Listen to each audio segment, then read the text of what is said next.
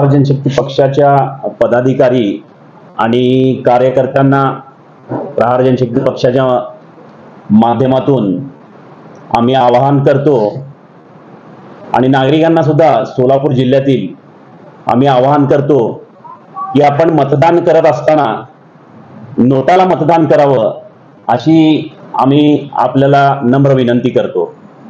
त्याचं कारण म्हणजे असं की जेणेकरून 40 वर्ष 50 वर्ष काँग्रेसने राज्य केलं, काँग्रेसचं राज्य होतं, त्याच्यानंतर जवळजवळ 10 वर्ष बीजेपीचं राज्य, महायुतीचं राज्य, तत्कालीन महाविकास आघाडीचं राज्य होतं। असं असताना सुद्धा अजून सुद्धा जनतेचे प्रश्न प्रलंबित आहेत। अन्न, वस्त्र आणि निवारा या गोष्टीसाठीच आपल्याला सध्या म्हणजे वेळोवेळी मतदान करतो आपण, पण आपल्या कुठल्या मागण्या मान्य होत नाहीत। मतदानाच्या दिवशी मात्र झोळी घेऊन प्रत्येक पक्षाकडनं आपल्याला अनेक प्रलोभनं दाखवली जातात आणि आपण मतदान करतो, पण योग्य सुशिक्षित असेल किंवा आपली कामं करणारा किंवा आपले प्रश्न मार्गी लावणारा, जनतेचे प्रश्न मार्गी लावणारा असा नेता आपल्याकडून म्हणजे आपण निवडून देत नाही।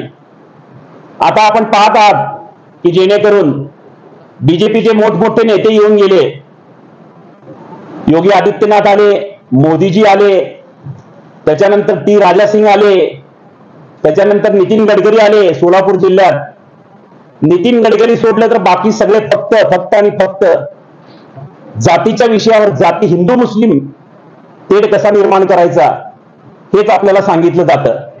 मला सांगा सातपुते साहेब, आता 7 तारखेला मतदान आपण करणार आहोत, 2024 लोकसभेचं मतदान आहे।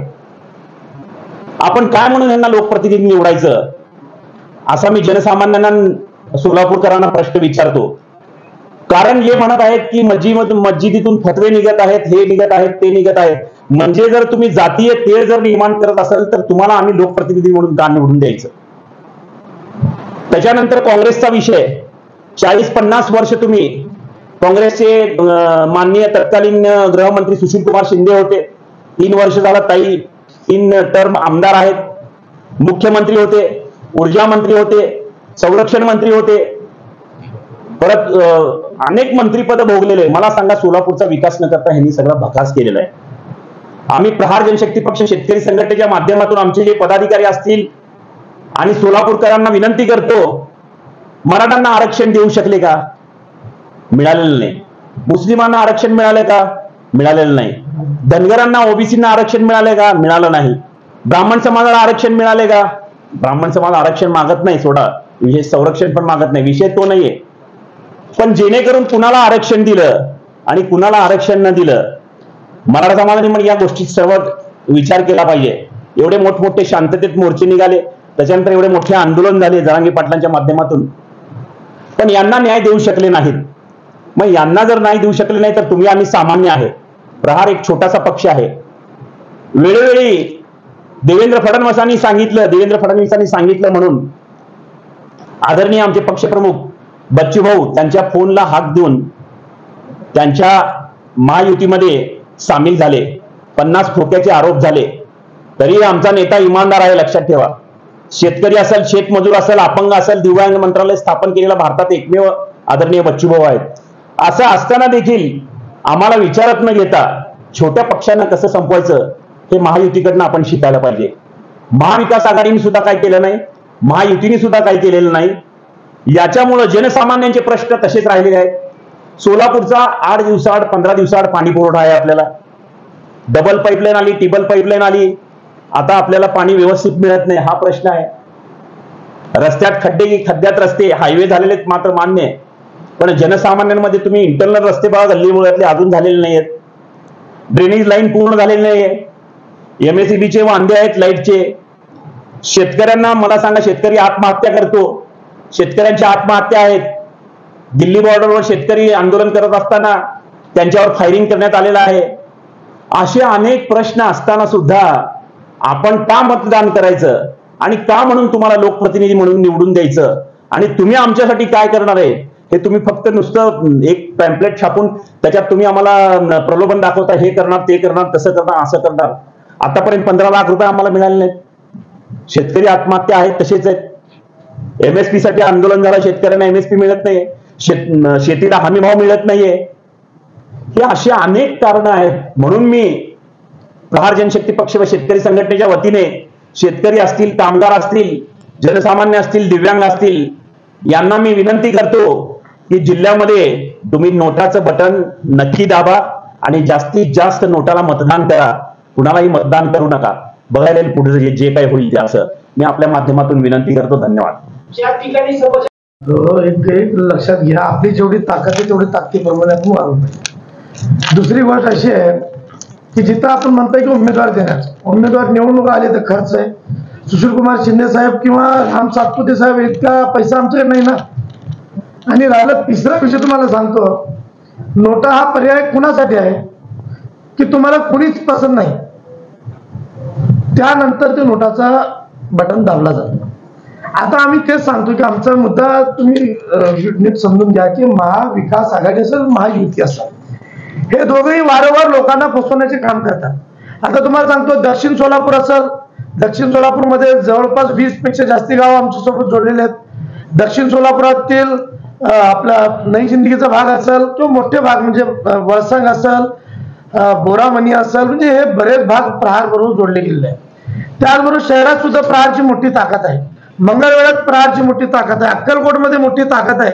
आणि जे चांगलं जमलं नाही ते प्रहारने करून दाखवलंय. अख्ख्या सोलापूर शहर आणि जिल्ह्याला पाहिलेलं आहे. आता हे होत असताना आपण नोटाकडे का जातोय हे सुद्धा समजून घेणे गरजेचे आहे. कारण काय, हे तुम्ही ही साधी गोष्ट नाही. प्रहार म्हणजे काय अंडू पांडूची संघटना नाही, लक्षात घ्या. एक घाव दोन तुकडे त्याला प्रहार म्हणतात. आता हे एक घाव दोन तुकडे करण्यासाठीच आम्ही नोटाचं जे ना पर्याय निवडलेला आहे. आम्ही कुणाच्या खोट्या आश्वासनाला बळी पडून लोकांमध्ये जाऊन त्यांना सांगणार नाही की तुम्ही याला मतदान करा म्हणून. जो लायक आहे नक्कीच त्याला मतदान करा म्हणणार, पण तो जो कोणी लायकच नसेल तर त्याला मतदान करून काय उपयोग काय होणार आहे? लोकांचे प्रश्न सुटणार आहेत का? तुमच्याकडे मुख्यमंत्री पद होता, तुम्ही समस्या सोडू शकला नाही.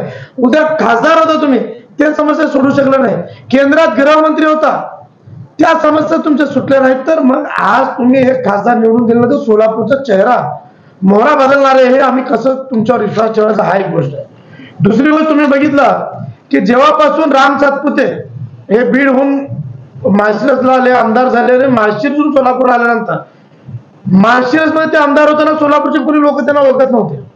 सोलापूर आल्यानंतर तिने ज्या हिंदू आणि मुसलमान सुरू केलं, कारण आपले सोलापूरचे लोक भावनिक आहेत.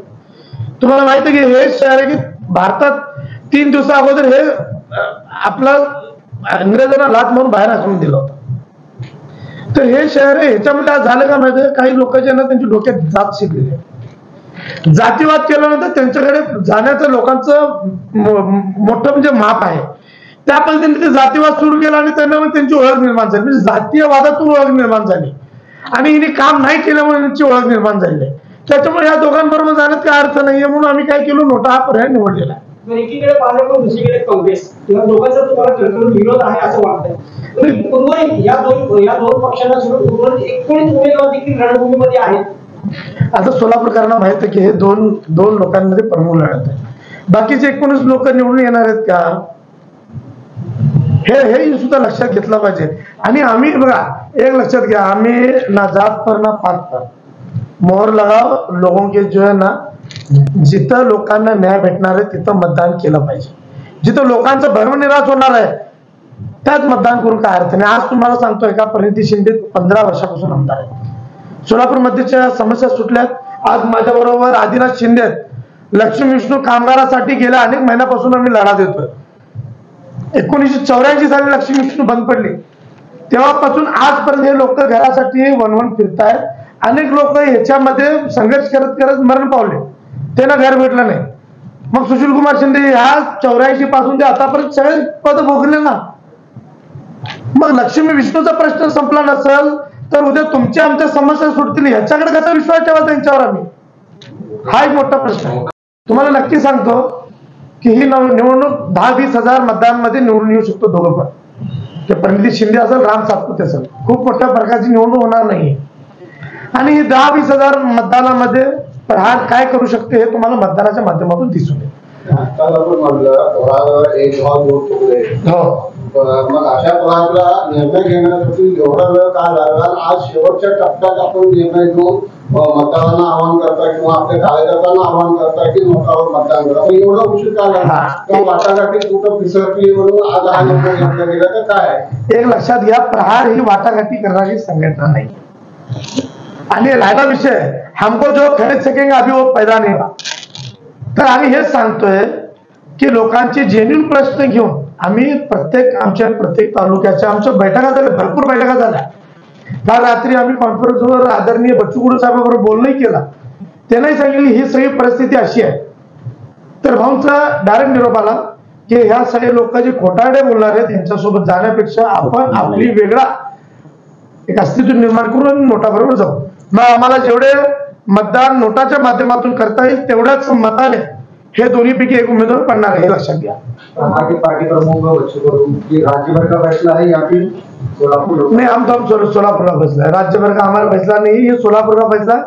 हर तरफ जमीनी हकीकत अलग होगी, हर तरफ मामले अलग रहेंगे, लेकिन सोलापुर का जो फैसला होगा वो राज्य भर जो ना वो फैसले की चर्चा होगी.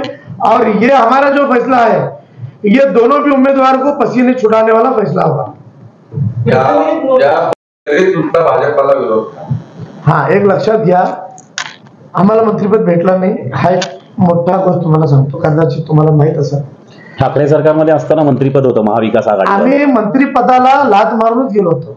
बच्चू कडू साहेब राज्यमंत्री होते आणि तुम्ही बघा हे जेवढे लोक एकनाथ शिंदे साहेबांबरोबर गेलेले बाकीचे लोक कुणी मंत्री नव्हते, बरेच लोक खूप म्हणजे बोटावर मोजले इतके लोक होते. पण आम्ही इथं राज्यमंत्री असताना उद्धव साहेबांना सोडून तिथं गेलो, पण तिथं मंत्रिपदाची आज नाही गेलो नव्हतो. तिथे त्यांनी शब्द दिला होता की आम्ही दिव्यांगासाठी मंत्रालय स्थापन करतो. आमचा जो उद्देश होता तो सफल झालेला आहे. आणि राहिला विषय मी तुम्हाला आजही सांगितलं की सोलापूरची प्रहार असेल, महाराष्ट्राची असेल किंवा बच्चू कडू साहेब असेल, यांना खरेदी करण्या इतपत माणूस आजपर्यंत कुणी पैदा झालेला नाहीये. मग ते मोदी असेल, अडाणी असेल किंवा कुणी असेल, आम्हाला ते खरेदी करू शकत नाही आणि आम्हाला भीती दाखवू शकत नाही. मग नोटाची जी प्रतिक्रिया आहे तुमची ती फक्त महार संघटनेच्या माध्यमातून जे संपर्क कार्यरत त्यांच्यासाठी असेल का पूर्ण सोलापूर भाषेचं? आम्ही पूर्ण सोलापूर शहर आणि जिल्ह्यातील सोलापूर आणि माढा मतदारसंघातील लोकांना सुद्धा सांगतो जे जात पातवर निवडणुका होतात तर लोकांना येड्यात काढलं जातं, फसवलं जातं, लोकांना खोटे आश्वासने दिलं जातं. त्या ठिकाणी त्या लोकांनी नोटाला मतदान करावं. सोलापूर शहर असेल, जिल्हा असेल, पूर्ण जिल्ह्यातील लोकांना आम्ही सांगतो की हे लोक फसवून पुन्हा एकदा जे ना त्याच पद्धतीने अन्याय करायचं. बघा, एक भाजप आणि काँग्रेसमध्ये काय तर चाललंय, हे गंगाधरणी शक्तिमान आहे. 10 वर्ष म्हणजे हे ठरवलेलं आहे त्यांनी. आणि तुम्हाला सांगतो यांना भारतीय जनता पार्टीला स्थानिक उमेदवार भेटणारे कारण त्यांना काँग्रेसला मदत हवी होती म्हणूनच तिथे या ठिकाणी उभं केला. यापूर्वी सुद्धा शरद बनसोडे साहेबांना उभा केला होता डमी उमेदवार म्हणून, पण दुर्दैवाने ते एकदा पडले आणि एकदा आले, हे लक्षात घ्या. हे असे डमी उमेदवार काँग्रेस आणि राष्ट्रवादी हे दोन्ही वेगवेगळे नाही, हे दोन्ही एकच आहे. सगळ्यात जास्त कुठल्या पक्षाला फरक पडेल काय असं वाटतं? आम्ही तेवढं सांगल, पण जो जिंकणारा असेल तो हारल, तो हारणारा असेल तो जिंकल. हे गेम चेंजरची भूमिका प्रहार बदलल्याशिवाय राहणार नाही. इतर उमेदवारांना पाठिंबा आम्ही तेच सांगतोय की इतर उमेदवार निवडून येणार नाही आणि निवडून येणार नाही म्हटल्यानंतर आपण तिथं ताकद लावून अर्थ नाहीये. आणि एक लक्षात घ्या, आम्ही नोटा काय दाखवतो की आम्हाला मतदानाच्या माध्यमातून प्रहारची ताकद यांना दाखवून द्यायची, या माध्यमातून आम्ही नोटाकडे चाललोय. तिसरी तुम्हाला आणखीन एक गोष्ट सांगतो महत्वाची, दिव्यांग असतील, आज तुम्हाला सांगतो 3-3 महिने दिव्यांगांचं जे पगारी होत नाही. दिव्यांग मंत्रालय स्थापन केला. मोदी साहेब सांगतात की सबका साथ सबका विकास. दिव्यांग लोक तर सबका साथ सबका विकास मध्ये येणार नाहीत का? आज 3.5 लाखापेक्षा जास्ती शेतकऱ्यांच्या आत्महत्या झाल्या. फक्त निवडणुका आल्या तर शेतकऱ्यांचा मुद्दा हे आपल्या प्रचाराच्या मॅनिफेस्टो मध्ये घातलं जातं, पण निवडणूक संपलं तर ते सरकार जे येतं त्या सरकारची लोक शेतकऱ्यांना अन्याय करतात. तिसरी तुम्हाला गोष्ट सांगतो, आज मजुराचा प्रश्न आहे.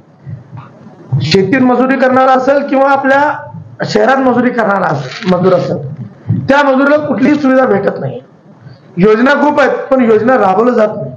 अधिकाऱ्यांवर संबंधित यंत्रणेचा, प्रशासनाचा, शासनाचा प्रशासनावर कुठलंही नियंत्रण नाही.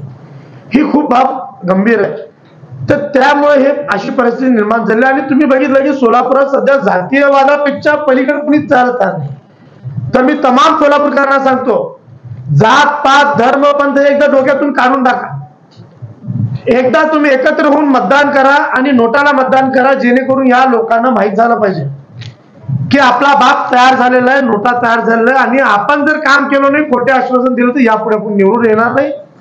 ही गोष्ट त्यांच्या डोक्यात गेली पाहिजे आणि जात बाहेर निघाली पाहिजे. अखेरचा प्रश्न आहे सर, तुमच्या आव्हानाला मत घेऊन किती हजार, किती शेर, किती लाख नोटा माळा मी तुम्हाला सांगितलं ना, प्रहार नक्की गेम चेंजर ठरल. एक आकडा तरी सांगा सर. नाही आकडा असा ऐकून घ्या. आकडा सांगू शकत नाही. हे बघा, आकडा तुम्हाला मी काय आमचे म्हणतो, आलेले 5-10 लोक जरी मतदान नोटाला केले तर आम्हाला समाधान आहे का, की आम्ही बाबा खरंच त्या खोटारड्या लोकांबरोबर नाही जात. आज माळा आणि सोलापूर मतदारसंघामध्ये प्रहारची एवढी ताकद आहे की प्रहारच्या एका शब्दावर सोलापूर आणि माळा या ठिकाणी मोठा फरक जाणवतोय. मी तुम्हाला हेच सांगतो, प्रहार गेम चेंजर ठरल. 10 ते 15,000चा फरक पडतो. काय मी तुम्हाला एक सांगलो आहे का, 10 ते 15,000 ते होईल. पण तुम्हाला सांगतो, गेम चेंजर ठरल. येणारा उमेदवार पडल आणि पडणारा निवडून येईल.